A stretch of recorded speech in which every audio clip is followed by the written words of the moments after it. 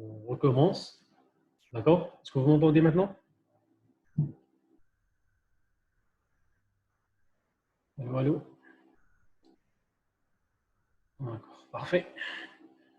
D'accord. Dans la session précédente, on a vérifié, il nous reste encore le switch core. On va vérifier ce qu'on appelle le voisinage PIM. Par show IP, PIM, neighbor. En global, j'ai le router Edge et par VRF, j'aurai normalement deux IPTV, neighbor. J'ai un voisinage avec le router core, mais en VRF, et j'ai un autre voisinage avec le serveur. Ce réseau relie le switch core avec le serveur du streaming. D'accord? Donc ici, j'ai deux voisins PIM. D'accord? Par le switch core. Maintenant, on va vérifier la configuration du serveur et du client. C'est une configuration très basique, juste pour simuler un serveur et un client. D'accord? Bon, la configuration, elle est déjà sur le fichier. Je vais partager l'écran complet. Partage l'écran. D'accord. Vous voyez maintenant le fichier texte.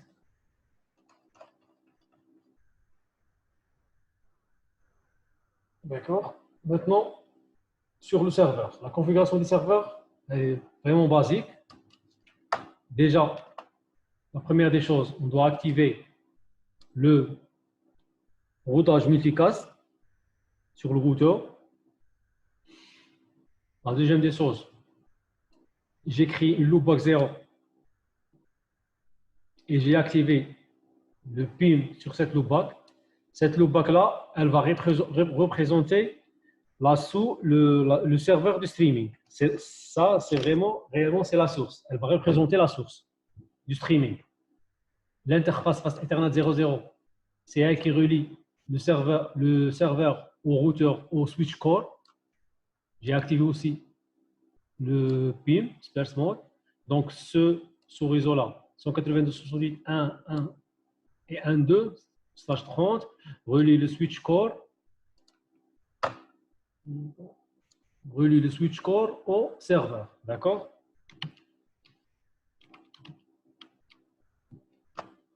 J'ai mis l'adresse du point de rendez-vous. Donc, on a dit que le point de rendez-vous, c'est qui prend charge, c'est lui qui relie le serveur au client. D'accord? Donc, je l'ai activé, ou bien je l'ai configuré sur le routeur Edge et le routeur Core en tant que RP, ou bien rendez-vous point, et je l'ai configuré aussi sur le serveur. J'ai dit que le rendez-vous point se trouve sur la loopback au niveau du switch core. D'accord? Et j'ai fait une adresse par défaut, juste pour que la loopback 0, la 192.168.2, peuvent être joindre le switch core. C'est une route par défaut qui pointe vers le face Ethernet du switch core. D'accord? Côté client, il n'y a rien presque. Il est où le client?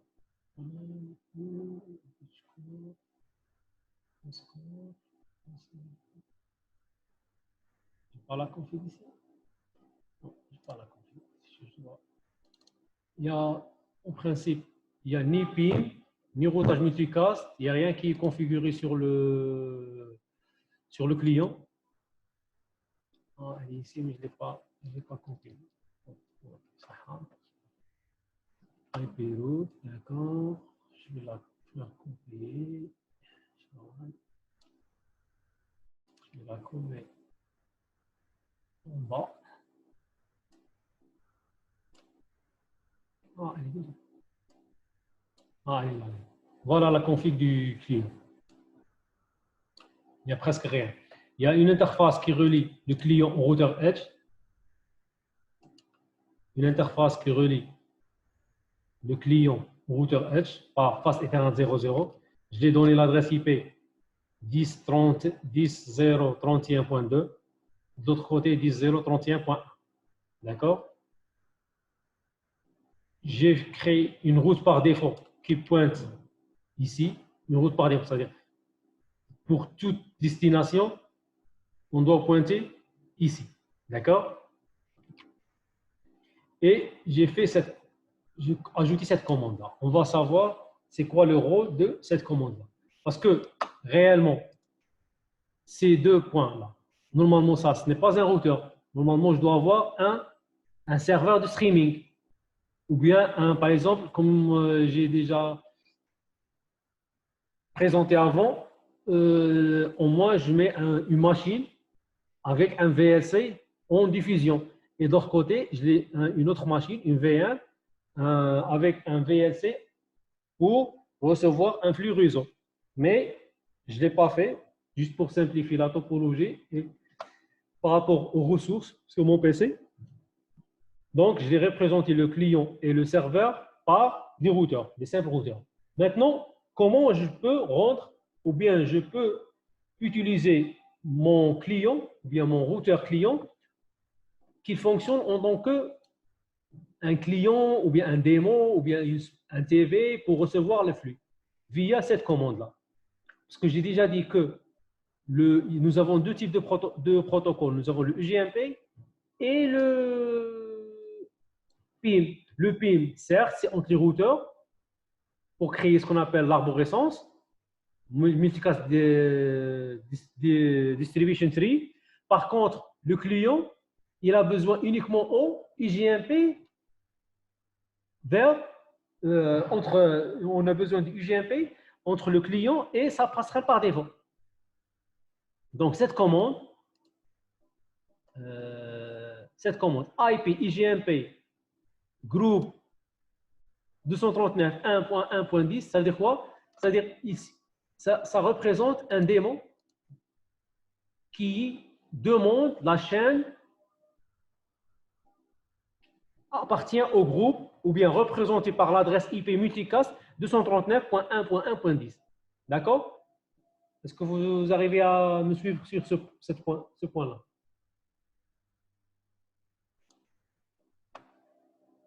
Allô, allô. Donc, c'est ça l'intérêt de la commande. Sur l'interface face Ethernet 00, j'ai mis IP IGMP group join. Parce que déjà, les commandes ou bien les messages du IGMP, nous avons ce qui est important, join et leave. Join pour demande de joindre un groupe multicast et leave pour quitter. D'accord? Donc, ça, je représente par cette commande-là mon récepteur. Maintenant, j'arrive à mon routeur Edge. Routeur Edge, il est où? Je fais show IP mroute. Donc, nous avons show IP route.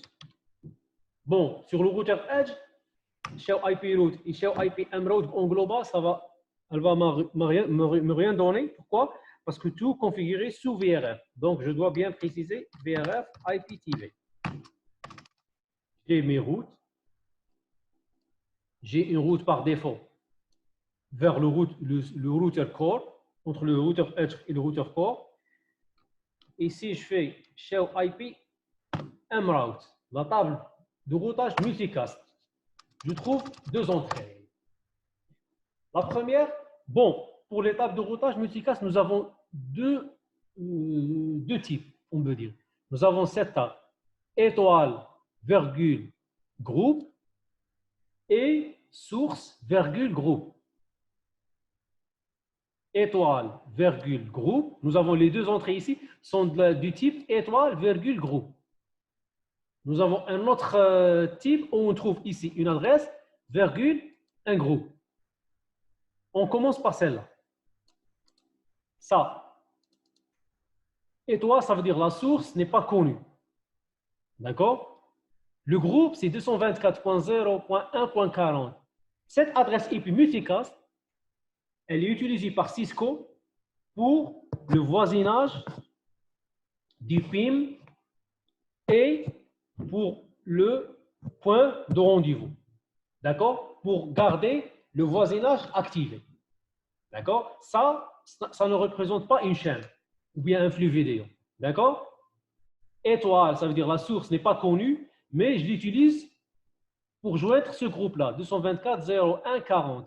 Normalement, on doit la trouver sur l'ensemble, sur l'ensemble du routeur. Voilà. Pourquoi? C'est juste pour garder le voisinage du PIM. D'accord? Donc, ça veut dire quoi ça? Elle est activée depuis 16 heures. Expire time. Si je reçois un autre paquet hello de mon voisin sur ce groupe-là, le voisinage va être down. Le voisinage du PIM, bien sûr. Le RP, voilà, il est déjà configuré. Le point de rendez-vous, on l'a configuré au niveau du... Non, on ne la configure pas, cette adresse. Cette adresse, elle est automatique. Dès que j'active le PIM et le RP, PIM Space Mode et le RP sur des routeurs, il va ajouter cette entrée automatiquement.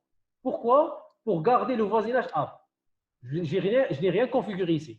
D'accord? Il suffit d'activer l'outage multicast, le PIM, activer le PIM sur interface et ajouter l'adresse IP du point de rendez-vous, il va ajouter cette entrée. D'accord? Pour garder le voisinage entre les routeurs. D'accord? C'est presque la même chose, mais on ne le voit pas si on configure le protocole de routage OSPF. Il va envoyer des paquets hello en multicast vers 224.0.0.5 et 0.6. C'est presque la même chose, mais sur l'OSPF, on ne le voit pas. Il ne montre pas cette entrée. Mais ici, nous avons cette entrée-là. D'accord? Le RP, il est déjà ici. Le flag. Bon, ça, c'est très important, les flags, mais aussi, c'est un peu niveau un peu avancé. Les flags sont bien décryptés ici. Chaque lettre représente un truc. S, G, C, L. S, ça veut dire on est en sparse mode. Le PIM, j'ai déjà dit qu'il y a deux modes, sparse mode et dense mode. Le J, join, accepté, d'accord. Le C, ça veut dire connected, d'accord. Et le L, local, d'accord. Donc, on a plein de flags ici, ou bien des drapeaux. Chaque lettre représente un truc, d'accord. Mais ce qui est important pour nous, c'est le S, parfois le Z. Lorsqu'on est en mode tunnel, ça, on peut l'avoir sur le switch core et le router core. Multicast tunnel, un tunnel GRE. D'accord? Donc, incoming interface. Donc, l'interface d'entrée, le voisinage, il est monté avec quel routeur? Ici, on a déjà Shell IP, PIM, VRF, IPTV Neighbor, le voisinage. Nous avons déjà dit que le 224.0.1.40, pour garder le voisinage du PIM, le voisinage, il est avec le routeur core sur le port channel 1, 2. Donc, incoming interface, port channel 1.2. D'accord? RPF, ça veut dire ils ont fait le reverse path checking pour trouver il est joignable à partir de quelle interface de sortie. Vu que il n'y a qu'un seul lien entre les deux, donc c'est le même interface d'entrée et de sortie. Outgoing interface, c'est la loopback 2. D'accord? C'est l'interface de sortie. Donc, pour joindre ce routeur. Parce que le PIM, il est monté en utilisant les interfaces du loopback. D'accord? Forward, le mode, on est en sparse mode. Et les mêmes compteurs ici. D'accord? Donc, cette entrée-là, pour garder, nous avons dit, pour garder, c'est utilisé par le PIN. D'accord? Maintenant, la première entrée. Toujours du même type, étoile, virgule, groupe. Parce que ça, c'est un groupe. C'est une adresse multicast. Cette adresse, ou bien cette entrée, elle est générée automatiquement. Pourquoi? Parce que j'ai le client. Le client, qui est directement connecté au routeur Edge. On est sur le routeur Edge. On a vu cette entrée-là. Sur le routeur Edge. Étoile, virgule, groupe. Par rapport à 239.1.1.10. On est sur le routeur Edge qui est directement connecté au face Ethernet 00 du routeur client. Pourquoi on a eu cette entrée? Parce que sur l'interface, face Ethernet 00, on a ajouté cette commande-là. D'où on a eu cette sortie, output. Ça veut dire quoi ça? Ça veut dire le routeur, ou bien le client, il est en train d'envoyer des requêtes de join continues pour joindre ce groupe-là.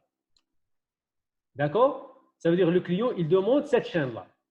C'est pour ça qu'on a trouvé cette ligne-là ajoutée. Qu'est-ce qu'il va faire le routeur? Bon, je vais vous faire montrer ça.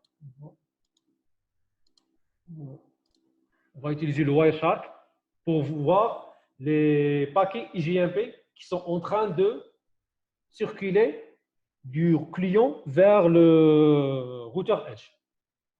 D'accord?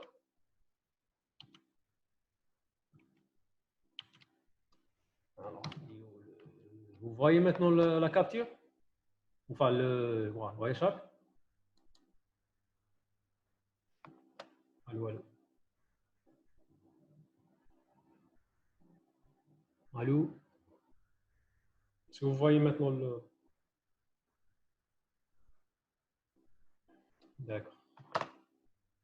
Donc, c'est une capture du trafic entre le client et le routeur Edge.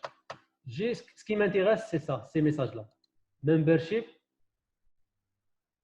report. Voilà, on va sélectionner ça.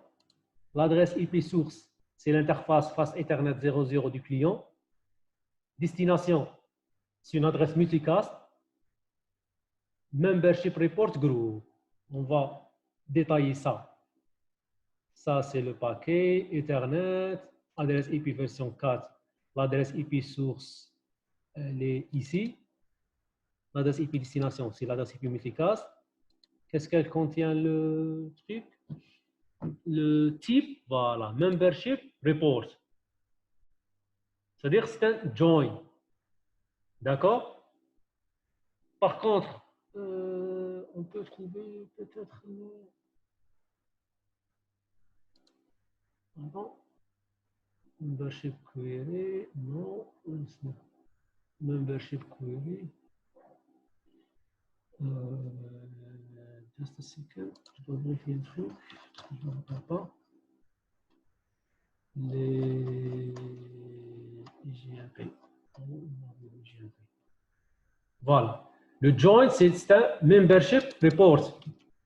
D'accord? Donc, ces messages-là, ce sont des demandes à joindre un groupe.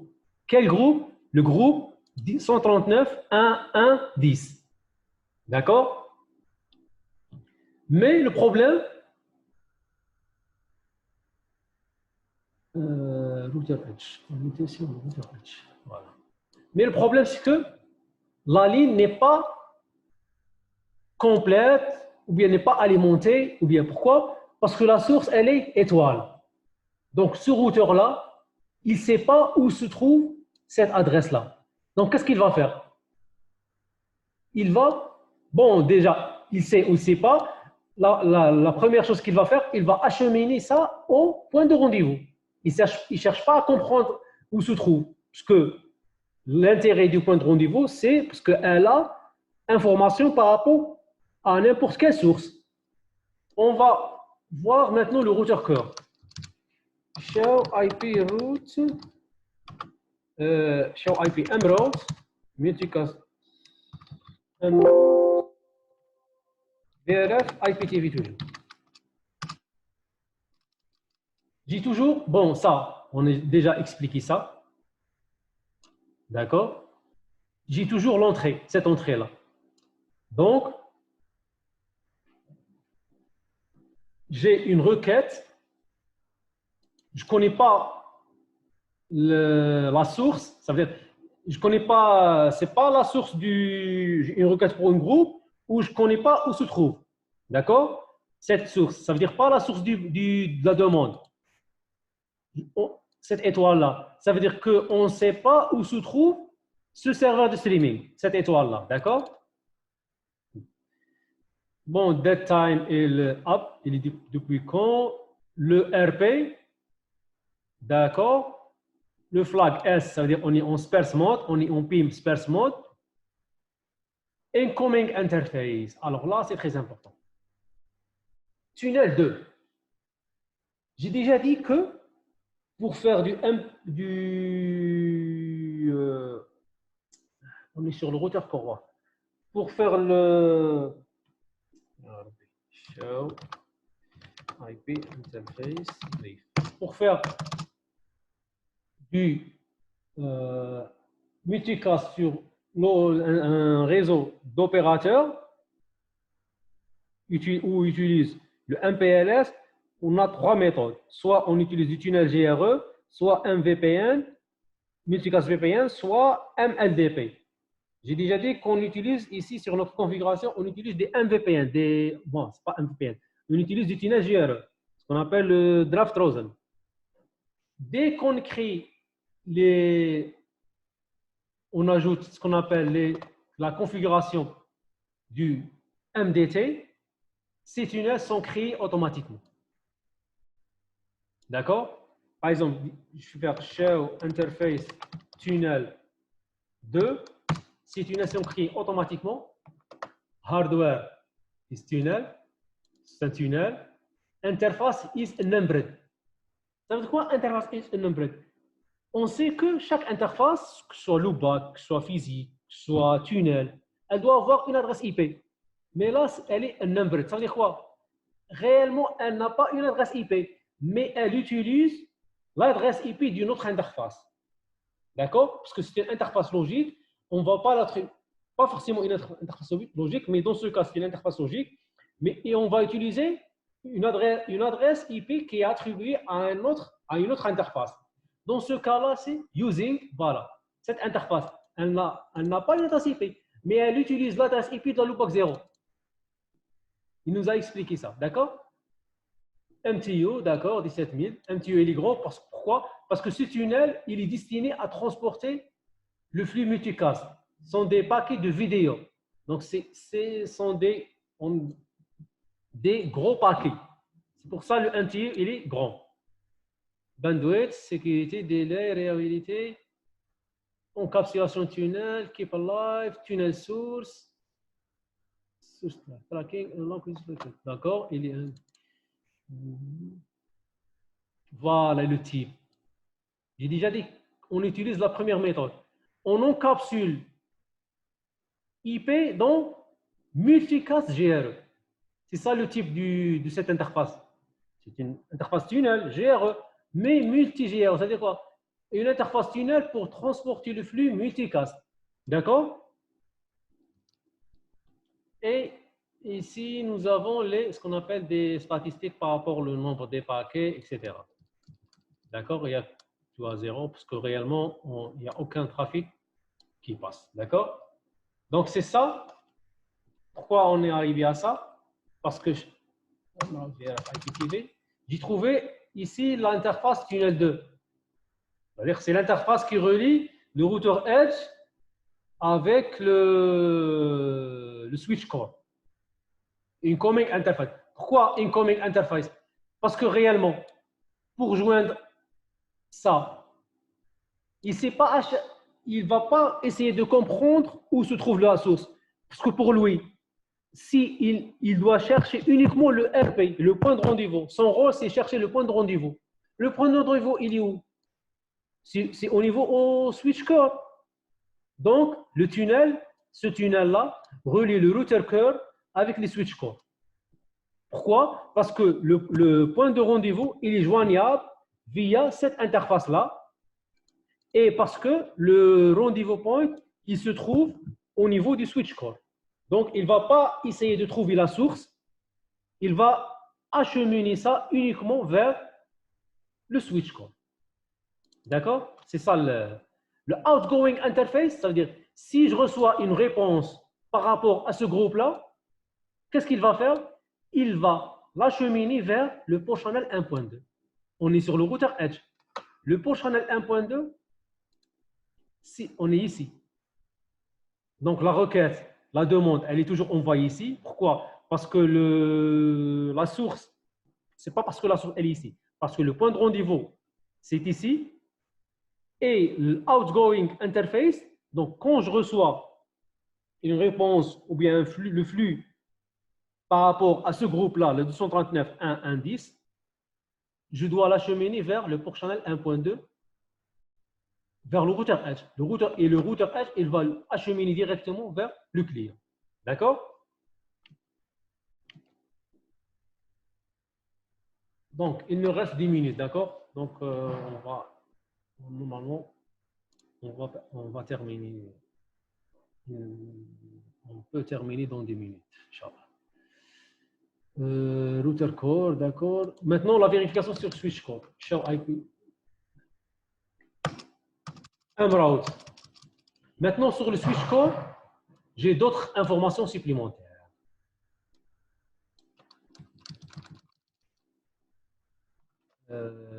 Ça, normalement, non, je ne peux pas avoir ça. Donc, le serveur, normalement, Sharon, interface Internet 0. Et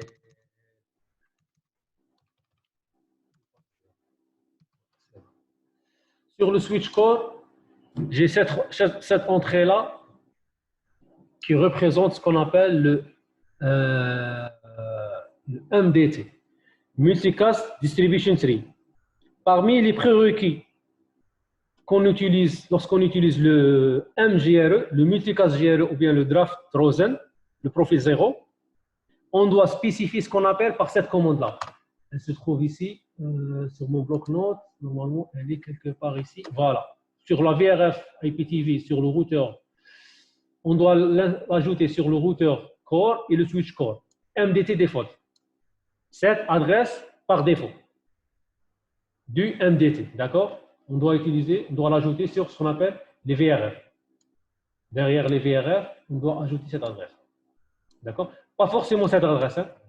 Il suffit d'utiliser une adresse IP multicast en tant que adresse multicast par défaut.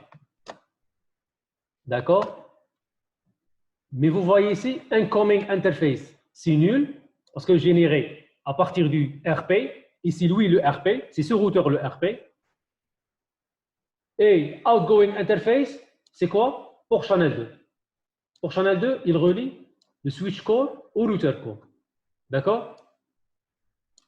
Voilà. MVRF. C'est quoi? C'est elle est, malgré on est en global, chez IP Mroute, j'ai fait. Je n'ai pas fait chez IP Mroute VRF IPTV. Malgré on est en global, mais cette MDT, elle est configurée à la VRF IPTV. Multicast VRF IPTV. D'accord? Ces deux entrées-là, c'est le voisinage entre le routeur core et le switch core. D'accord? Ces deux entrées. La première, en utilisant la loopback 0 qui est configurée en global, et la deuxième représente la loopback 2. Non. Ça, on est toujours en global. Ça, on a créé deux tunnels, réellement. Tunnel pour l'encapsulation et tunnel pour la déencapsulation. C'est-à-dire tunnel pour envoyer et tunnel pour recevoir. D'accord? Ça, créé en global. Le 32, c'est la VRF du loopback 0 du routeur Edge. D'accord? Et la 64, c'est la loopback 0 du switch core. Donc, entre routeur core et switch core, nous avons deux tunnels. Encapsulation, déencapsulation. D'accord?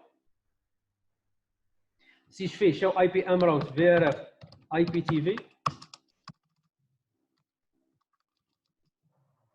qu'est-ce que je reçois?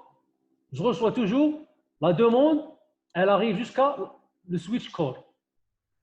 Elle arrive jusqu'à ici. D'accord? Parce que j'ai une IGMP, PIM, PIM, elle arrive jusqu'à ici. La 239.1.1.10, incoming interface nul. Pourquoi? Parce que c'est ce routeur qui est le RP. La 172.16.250.66, elle se trouve sur le switch core. Donc, je ne vais pas l'acheminer. Enfin, ces routeurs, c'est la source. Ou bien c'est réellement le routeur qui représente le point de rendez-vous. Le tunnel 4, c'est le tunnel qui relie le switch core vers le router core. Donc, show interface tunnel 4. Il utilise l'adresse IP 64. Il relie le switch core avec le router core. Il utilise la loopback 0, un VPN, GRE multicast. D'accord? Mais jusqu'à maintenant, malgré, lorsqu'on voit toujours, lorsqu'on voit toujours l'étoile ici, ça veut dire que la source n'est pas connue. Même le point de rendez-vous, et ne sait pas où se trouve sa source là. C'est pour ça qu'elle est toujours ici étoile. Maintenant, comment on va pousser le serveur pour dire que voilà, je suis le 239.1.1.10. On n'est pas obligé d'envoyer des paquets ou bien, il suffit d'envoyer un paquet avec une source 239.1.1.10. N'importe quel paquet. Qu'est-ce qu'on va faire? On va pinguer le 10, le 2. On est sur le serveur, d'accord? Maintenant, on est sur le serveur. On va simuler qu'il y a une source ici. Qu'est-ce qu'on va faire? On va pinguer du source vers le serveur core. On va pinguer la même adresse qui cherche le client. D'accord? Moi, j'ai des réponses. D'accord? Malgré réellement n'existe pas. Maintenant, je vais voir qu'est-ce qui se passe sur mes routeurs. Est-ce que j'ai une différence ou pas? Voilà. Déjà, ici, j'ai exécuté la même commande. J'ai deux entrées supplémentaires sur mon switch core. Avant, c'était étoile groupe. Maintenant, qu'est-ce que j'ai? J'ai source groupe. D'accord? Donc, je sais que ce groupe-là, il est joignable via cette adresse IP. C'est quoi l'adresse IP, ça? Cette adresse IP, c'est l'adresse IP du loopback du serveur. Lorsqu'on a envoyé un ping, on a créé un paquet. Donc, c'est pour ça, maintenant, le serveur, ce groupe-là, est joignable vers cette adresse IP-là. Incoming interface, donc pour joindre ce groupe-là, fast Ethernet 00, bien sûr, c'est là qui relie avec le serveur. Outgoing interface, c'est tunnel 4. Tunnel 4 qui relie le switch core au router core. D'accord? Donc, deux, encapsulation, déencapsulation. Un pour envoyer, le deux pour recevoir. D'accord? Sur mon router core, j'exécute la même commande. Voilà. Avant, j'avais que deux. Étoile, groupe. Maintenant, j'ai étoile groupe, toujours. Mais j'ai l'information par rapport à ce groupe-là. Il est joignable par rapport au tunnel 2. Tunnel 2 qui me relie au switch core. Et le outgoing interface vers le routeur Edge. D'accord? Maintenant, sur le routeur Edge, j'ai aussi la réponse. Il nous reste 1 minute 30. D'accord? J'ai la réponse. J'ai maintenant la ligne, elle est, ou bien l'information, elle est complète. J'ai le groupe que je veux joindre et j'ai d'où je peux joindre la source, d'où je peux joindre ce groupe-là. Pour channel 2, d'où j'ai reçu cette information pour channel 1.2, 1.2 qui relie le router Edge au router Core et outgoing interface, c'est qui cherche cette information, c'est face Ethernet 00 où se trouve le client. D'accord? Maintenant, pour confirmer ça, je vais arrêter. J'étais toujours en capture. Ça, c'est le ping, mon ping. Ça, c'est les messages des pings que j'ai envoyés. Par exemple, je prends ici. Voilà, vous voyez ici, c'est ECMP. C'est un ping. Ce sont des paquets ping. Envoyés. La source, ça sont les réponses réellement. La source, voilà. J'étais de 192.168, 1.2, en train de pinguer 239, 1, 1, 10. D'accord? Donc, comme ça, j'ai pu simuler mon